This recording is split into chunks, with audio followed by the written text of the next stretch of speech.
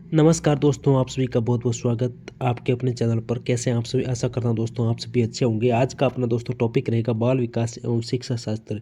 ये टॉपिक दोस्तों REET first grade, second grade और सीटेट के एग्ज़ाम्स के लिए वेरी इंपॉर्टेंट रहने वाला है।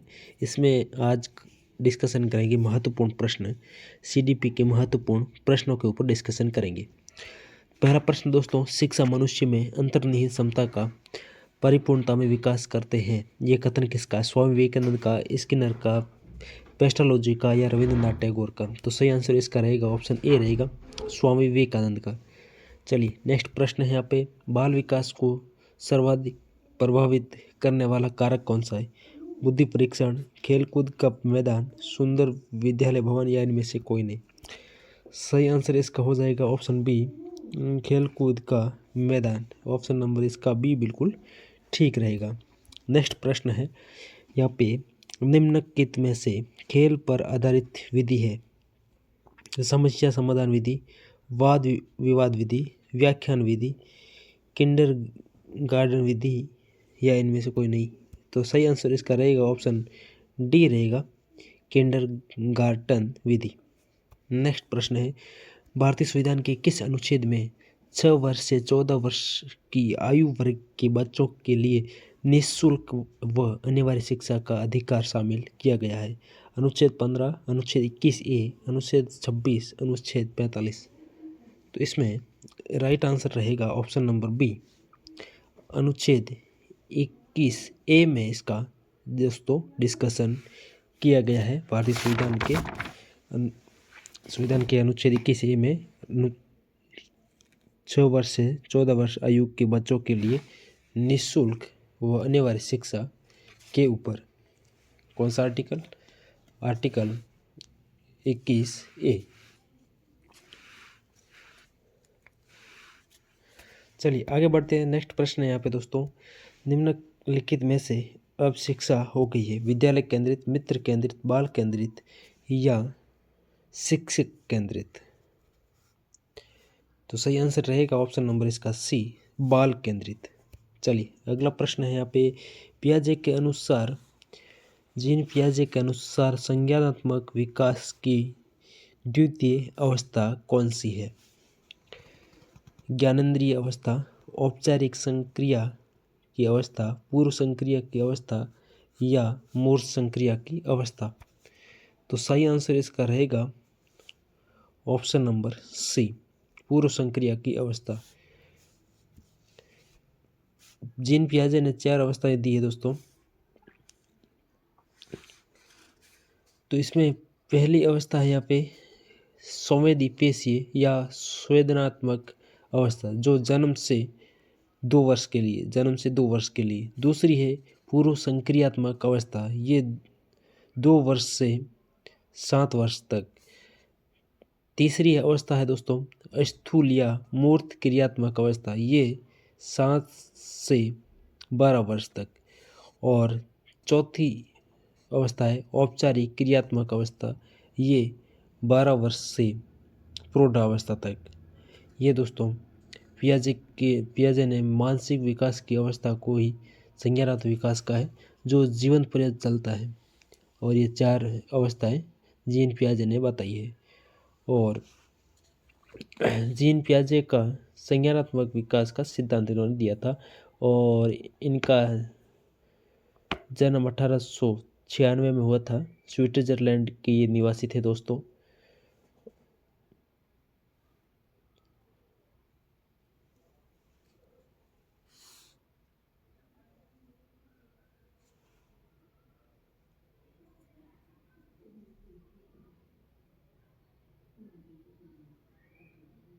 और जीन पियाजे को दोस्तों विकासात्मक मनोविज्ञान का जनक माना जाता है।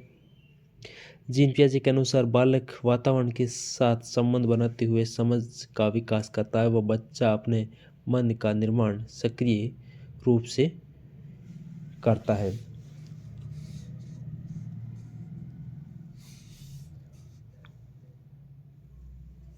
इनकी कुछ महत्वपूर्ण पुस्तकें हैं दोस्तों, द साइकोलॉजी ऑफ चाइल्ड, दूसरी है द लैंग्वेज एंड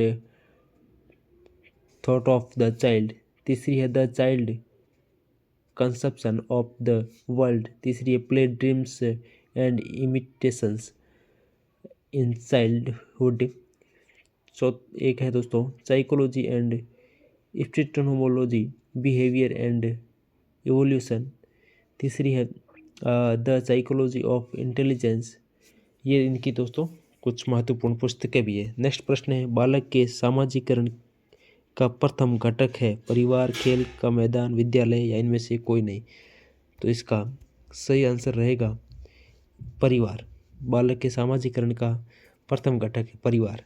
नेक्स्ट प्रश्न है 20वीं शताब्दी को बालक की शताब्दी कहा जाता है, यह कथन निम्न में से किसका है? क्रो का, स्किनर का, फ्रॉयड का या जीन पियाजे का?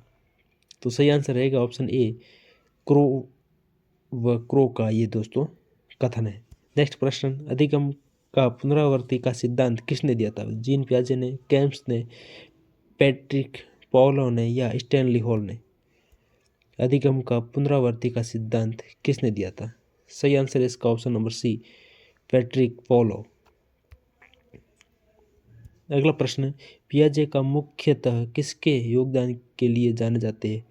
संज्ञानात्मक विकास के लिए, भाषा विकास के लिए, नैतिक विकास के लिए या सामाजिक विकास के लिए? तो अभी अपन ने दोस्तों डिस्कशन किया था जीन पियाजे को दोस्तों संज्ञानात्मक विकास का सिद्धांत इन्होंने दिया था। ऑप्शन ए इसका दोस्तों राइट हो जाएगा। नेक्स्ट प्रश्न है मानसिक विकास को प्रभावित करने वाले कारक है वंशानुक्रम, परिवार का वातावरण, परिवार की सामाजिक स्थिति या उपरोक्त सभी? तो सही आंसर इसका रहेगा ऑप्शन ए वंशानुक्रम। ये मानसिक विकास को प्रभावित करने वाला कारक है। नेक्स्ट प्रश्न है यहाँ पे बच्चों का मूल्यांकन होना चाहिए बोर्ड परीक्षा द्वारा, लिखित व मौखिक द्वारा, गृह परीक्षा द्वारा या सतत व व्यापक द्वारा? तो सही आंसर रहेगा ऑप्शन नंबर डी सतत एवं व्यापक मूल्यांकन के द्वारा बच्चों का मूल्यांकन होना चाहिए। नेक्स्ट प्रश्न है विकास कभी न समाप्त होने वाली प्रक्रिया, ये विचार किससे संबंधित है? अंतः संबंध का सिद्धांत, निरंतरता का सिद्धांत, एकीकरण का सिद्धांत या अंतःक्रिया का सिद्धांत? विकास कभी न समाप्त होने वाली प्रक्रिया, ये किससे संबंधित है? तो सही आंसर रहेगा ऑप्शन नंबर ए निरंतरता का सिद्धांत। ऑप्शन बी इसका राइट हो जाएगा दोस्तों। शिक्षा मनोविज्ञान शिक्षक की मदद करता है। ऑप्शन ए है बाल स्वभाव तथा व्यवहार जानने में, बाल विकास का ज्ञान प्राप्त करने में, विद्यार्थियों की समस्याओं को समझने में या उपरोक्त सभी? सही आंसर रहेगा इसका उपरोक्त सभी। शिक्षा मनोविज्ञान शिक्षक की मदद करता है, बाल स्वभाव व व्यवहार जानने में भी करता है, बाल विकास का ज्ञान प्राप्त करने में और विद्यार्थियों की समस्याओं को समझने में भी मदद करता है। नेक्स्ट प्रश्न है बच्चे दुनिया के बारे में अपनी समाज का सृजन करते हैं, इसका श्रेय किसको जाता है? पियाजे को, पावलोव को, कोहलबर्ग को या स्किनर को? सही आंसर है इसका ऑप्शन नंबर ए पियाजे को। चलिए दोस्तों नेक्स्ट प्रश्न है यहाँ पे शर्म तथा गर्व जैसी भावना का विकास किस अवस्था में होता है? तो ये होता दोस्तों बाल्य अवस्था में। ऑप्शन नंबर बी इसका बिल्कुल ठीक हो जाएगा। अगला प्रश्न है साइकोलॉजी शब्द की उत्पत्ति हुई फ्रेंच भाषा से, लैटिन भाषा से, स्पेनिश भाषा से या अंग्रेजी भाषा से? साइकोलॉजी शब्द की उत्पत्ति किस भाषा से हुई है? तो सही आंसर है इसका ऑप्शन नंबर बी लैटिन भाषा से।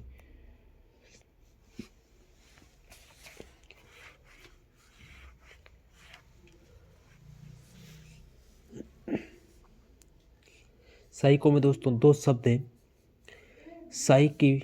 साइकियानी आत्मा और लोगस यानी कि अध्ययन, आत्मा का अध्ययन, स्टडी ऑफ सॉइल या नॉलेज ऑफ सॉइल, आत्मा का अध्ययन या आत्मा का ज्ञान।